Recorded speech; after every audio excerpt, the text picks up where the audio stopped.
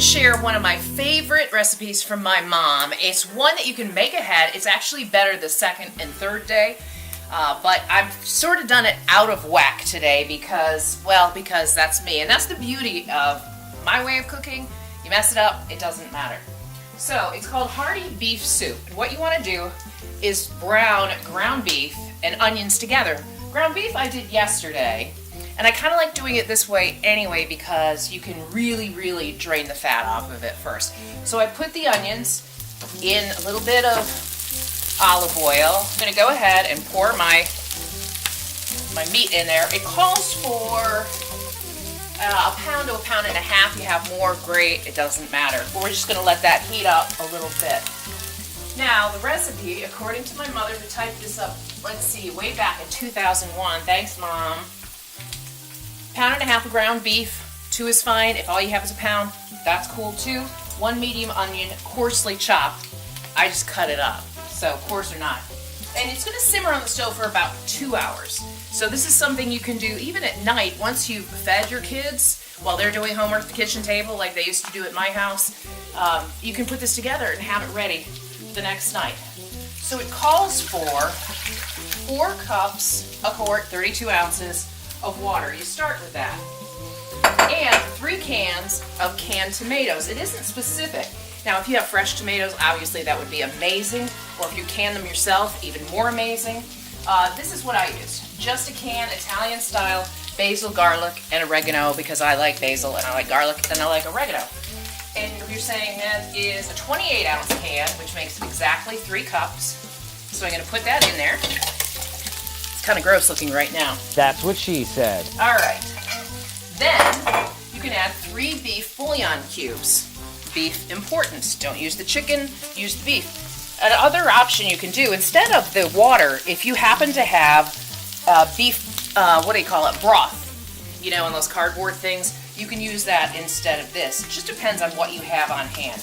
But this is the recipe as it is written, except I've already messed it up 100 times. I've taken all of the dry ingredients and put them in here like I'm pretending I'm a real chef. And in this little bowl, we have celery salt, parsley, thyme, basil, 10 peppercorns, whole peppercorns, salt, some accent, which helps cut down on the saltiness of it, and you don't want that in your diet anyway, a bay leaf broken up, and we're going to put that in there, and then you can add carrots. Now let's say you have like a bag like this, go ahead and throw them in there. If you have them, it's convenient, easier, great. I like to buy the full-size carrots because I'm cheap. And I get to use this little thing. You ever go to a Pampered Chef party, you don't know what to order? This thing is it. Because it crinkle cuts everything. I love it, and it reminds me of 80s when we used to crimp our hair. Yeah, glad that fad's over. So I am not precise in the kitchen, if you haven't figured that out already. And sometimes it falls on the floor.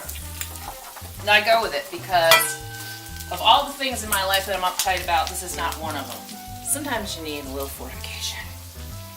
It has nothing to do with the recipe. But I wanted to show off my #1 dog mom glass from my nephew Jamie for Christmas.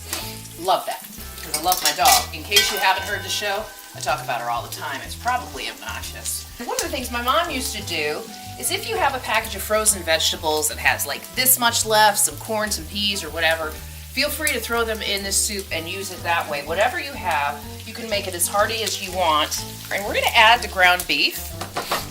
And I'm sure you could use a ground turkey or a ground chicken.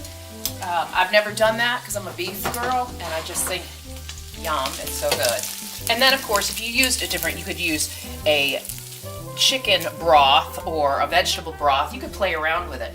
I make a lot of soups in the winter because I can do it on a Sunday while we're watching football or whatever, and I make a huge batch so that we can eat it, and you can freeze this soup for really up to 2 months or so, as long as you have it in a decent kind of thing. So we're going to simmer for a couple of hours. You can eat it right away, or as I said, it's really better the next day if you have the time and the patience to wait for it, because it smells so good when it's on the stove. We'll check it out in 2 hours. All right, we've been simmering now for approximately 2 hours. If you're short on time, you can turn the heat up a little bit. But really, you want all those flavors. And I didn't mention earlier, don't leave out the peppercorns. They have a very important part of the taste of the soup. But look at that, yummy. Ah, something's beeping. So I just bought one of those take and bake French baguettes. Wee wee! Add this, you have your meat, you have your veggies, you have wee wee! And you can also have a nice green salad with it and make a meal. You dish it up and it is so yummy. Look at that. Again, give it a try if you want to with ground turkey or ground chicken. I'd love to know how it is, but if you've never made it the other way, that's going to be kind of hard. A little crusty bread. That bread, by the way, is hot. It's funny how when things come out of the oven, they're hot. Wee wee! Anyway, some of that, and my husband will like to sop it up. I guess that's a thing. I don't sop so much. But we've also done cornbread with this, whether you start with cornmeal or just get one of those Jiffy boxes. Also very good that way. Enjoy my mother, Jan Songster's Hearty beef soup. It's excellent, and we have plenty to put in the Tupperware for tomorrow when it's going to be even better. That's what's for dinner tonight. And remember, when you're cooking, it doesn't have to be exact. Don't freak out, and always make sure you're wearing proper footwear. Wee wee!